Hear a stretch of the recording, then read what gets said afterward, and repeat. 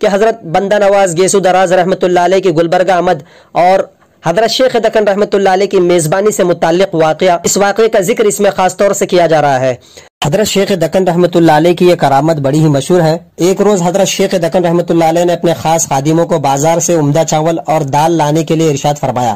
خادموں نے تعمیل کی اور جب دال چاول لائے تو حضرت شیخ دکن رحمۃ اللہ علیہ نے اس کی کھچڑی تیار کرائی اور 2 بڑی بڑی سینیاں منگا کر اپنے ہاتھ سے ان کو کھچڑی سے بھرا۔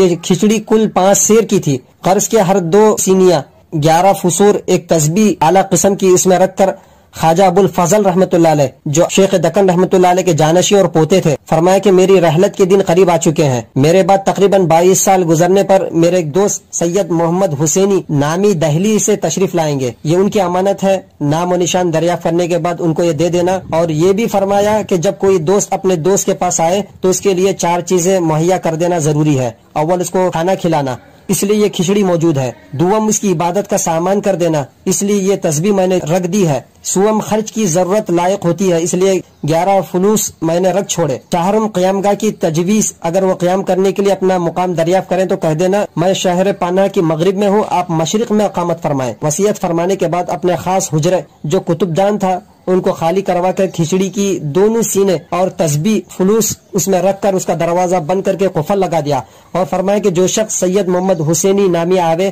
ان کو کہہ دو کہ بسم اللہ کہہ کر ہاتھ اس قفل کو لگا دے، اگر نعمت ان کے نصیب میں ہوگی تو قفل از خود کھل جائے گا۔ صدہا لوگوں نے جن کا نام سید محمد حسینی تھا نعمت کی لالچ سے آ کر قفل کو بسم اللہ کہہ کر ہاتھ لگایا، مگر ان کی قسمت میں نہ تھا۔ قفل حسب دستور اس وقت بند رہا جب تک کہ حضرت خواجہ بندہ نواز گیسو دراز رحمۃ اللہ علیہ نے اس کو ہاتھ نہ لگایا۔ حضرت شیخ دکن رحمۃ اللہ علیہ کی رحلت کے بعد آپ کے پوتے خواجہ ابو الفضل جنیدی رحمۃ اللہ علیہ سجادہ نشین تھے۔ اس وقت حضرت شہباز بندہ نواز قطب الاقطاب سید محمد حسنی الحسینی گیسو دراز رحمۃ اللہ علیہ 803 ہجری میں گلبرگہ تشریف لائے۔ جب جامع مسجد کے قریب شاہ بازار میں پہنچے تو سواری سے اتر کر پیدل چلنے لگے اور جب دروازہ احاطہ خانقاہ حضرت شیخ دکن رحمۃ اللہ علیہ کے پاس پہنچے تو انگوٹھوں کے بل چلتے ہوئے آپ کے مزار شریف تک آئے اور وہاں کامل 2 گھنٹے تک دست بدستہ مؤدبانہ کھڑے رہے۔ اس کے بعد سلام کر کے فاتحہ پڑھی اور جب زیارت سے فارغ ہوئے تو گنبد مبارک سے باہر آئے اور شیخ ابو الفضل جنیدی رحمۃ اللہ علیہ سے دریافت فرمایا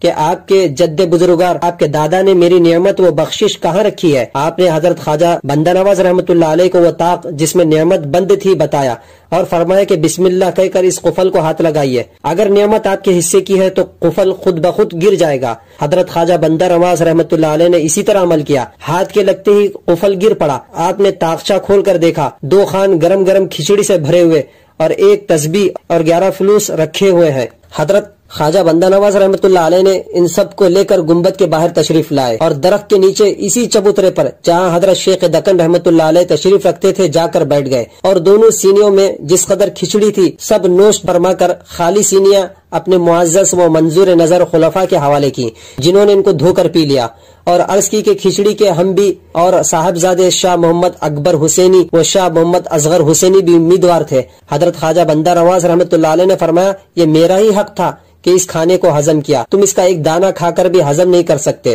جب یہ گفتگو ہو رہی تھی تو بہروز نام خادم نے حضرت بندہ نواز رحمۃ اللہ علیہ سے پوچھا حضرت کیا یہ کھچڑی آپ نے عالم غیب سے طلب فرمائی ہے؟ حضرت نے فرمایا کھچڑی غیب سے نہیں آئی بلکہ 22 سال کا عرصہ گزرا ہے کہ یہ میرے لیے رکھی گئی تھی، عالم رویا میں مجھ کو اس کی اطلاع ہو چکی تھی۔ آپ نے فرمایا جس وقت میں جامع مسجد کے پاس آیا تھا راستے میں ہزارہ ولی غوث قطب حضرت شیخ جنیدی رحمۃ اللہ علیہ کی زیارت کے لیے پیدل جا رہے ہیں، ان لوگوں میں مجھ کو سوار ہو کر چلنا مناسب نہیں معلوم ہوا اس لیے پیدل چلنے لگا۔ جب روزہ مبارک کے دروازے مبارک پر پہنچا تو اس کثرت سے وہاں غوث قطب ابدال ولی اللہ زیارت کے واسطے موجود تھے، زمین پر پیر رکھنے کی جگہ باقی نہیں تھی، لہٰذا گنبد مبارک تک انگوٹھوں کے بل بڑی احتیاط سے چلتا گیا اور مرقد انور کے پاس اس وجہ سے 2 گھنٹے منتظر کھڑا رہا کہ حضرت کی روح پاک عالم بالا میں جمال پروردگار کے مشاہدے میں محو تھی۔ جب اس سے فراغت حاصل کی میں نے اس وقت کہیں سلام اور فاتحہ پڑھی۔ یہ بیان کر کے حضرت خواجہ بندہ نواز رحمۃ اللہ علیہ شیخ ابو الفضل جنیدی رحمۃ اللہ علیہ کی طرف مخاطب ہوئے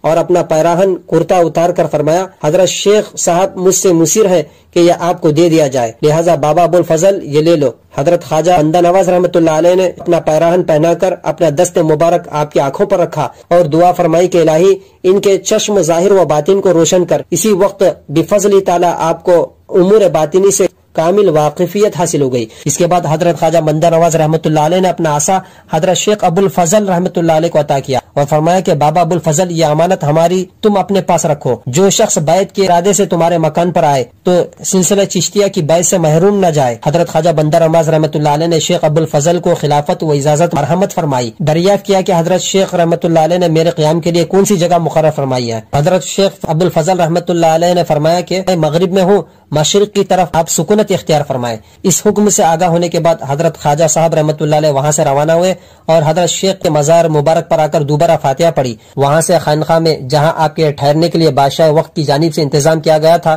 جا کر اقامت اختیار کی۔ اللہ اللہ اللہ اللہ اللہ